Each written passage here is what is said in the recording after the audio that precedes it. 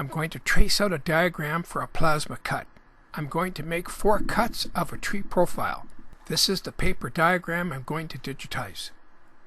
I'm using Logic Trace 2018 and I've selected tracing polylines. I'm going to trace out each portion of the diagram and close it up. Sometimes I use a red marker to mark where I started and also which part I've traced.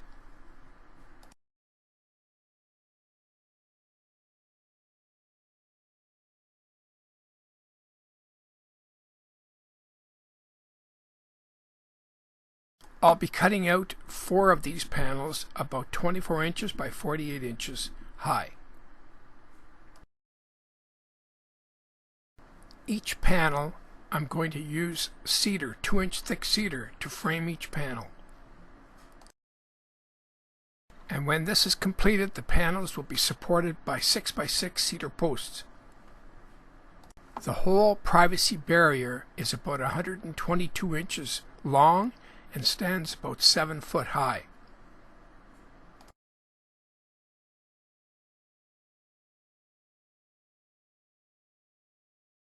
The easy or the good part here is that I only have to trace out one panel, because what I'm going to do is reverse the panels, use like a mirror image to get a different look. So 2 of the panels will be mated up on the left side and 2 of the panels will be mated up on the right side.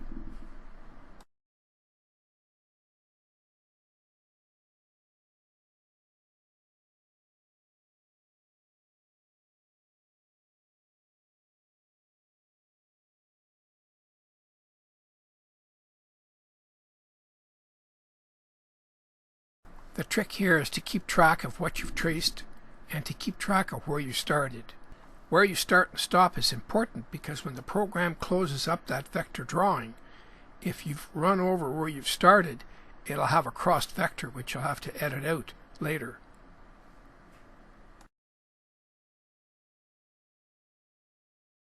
I always point out the more care you take in doing your digitizing or tracing, the less work at the end where you have to edit out all the mistakes.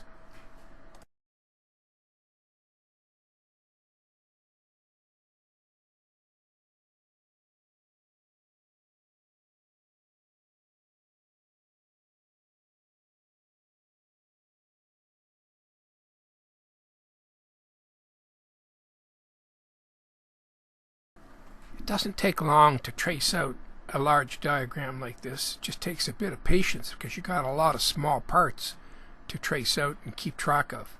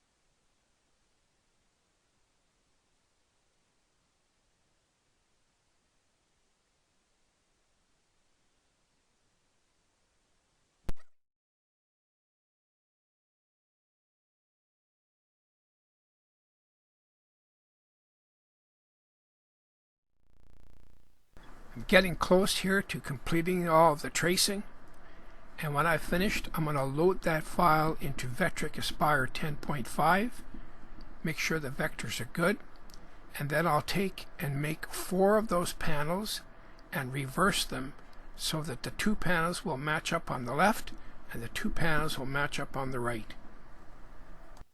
Here I'll check the vector quality. Shown here, I'm going to group 4 panels together. Now I will orientate the panels so that they match up on a profile. I usually save 2 formats for plasma cutting, DXF format and PLT. So I use CorelDRAW to create the PLT file for a plasma cut. Plasma seems to like PLT better than DXF. Now we're going to load that file into the plasma cutter. Here we'll program all the lead-ins. Steel is on the table and we're set to go.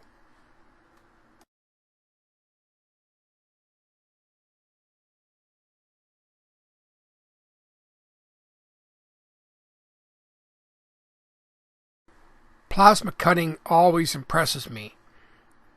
Steel is very difficult to work with, and that plasma cutter cuts that thing just like butter. It's actually smoother than the CNC router.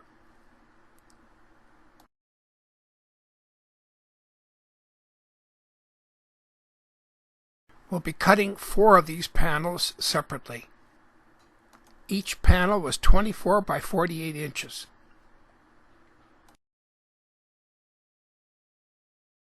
Just a quick note here, there was very little cleanup to take the slag off the back of the panels.